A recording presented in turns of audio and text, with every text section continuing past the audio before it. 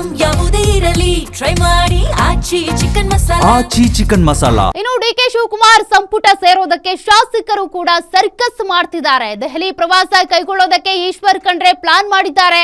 ಸಚಿವ ಸ್ಥಾನದ ಜೊತೆಗೆ ಹೆಚ್ಚಿನ ಹುದ್ದೆ ನೀಡೋದಕ್ಕೆ ಬೇಡಿಕೆಯನ್ನ ಇಟ್ಟಿದ್ದಾರೆ.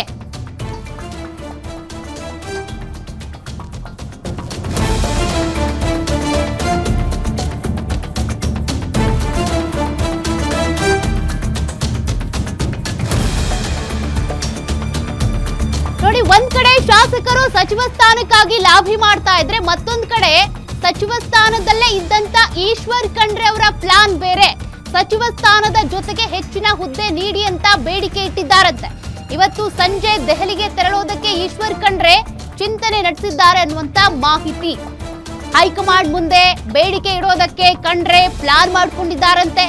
ಸಂಜೆ ದೆಹಲಿಯಲ್ಲಿ ಖರ್ಗೆ ಭೇಟಿಯಾಗಿ ಚರ್ಚೆ ನಡೆಸೋದಕ್ಕೆ ತಂತ್ರಗಾರಿಕೆ ಹೆಣೆದಿದ್ದಾರೆ ಅನ್ನುವಂತ ಡೀಟೇಲ್ಸ್ ಸಿಗ್ತಾ ಇದೆ. ಹಾಗಾದ್ರೆ ಡಿಸಿಎಂ ಹುದ್ದೆಗೆ ಅವ್ರ ಹೆಸರು ಕೂಡ ಓಡಾಡ್ತಾ ಇತ್ತಲ್ವಾ, ಹಾಗಾಗಿ ಈಗ ಅವ್ರ ಹೆಸರು ಕೈ ಬಿಟ್ಟಿದ್ದಾರೆ ಅನ್ನುವಂತ ಮಾಹಿತಿ. ಇಬ್ರು ಡಿಸಿಎಂ ಆಗ್ಬೋದು ಅನ್ನುವಂತ ಒಂದು ಲೆಕ್ಕಾಚಾರ.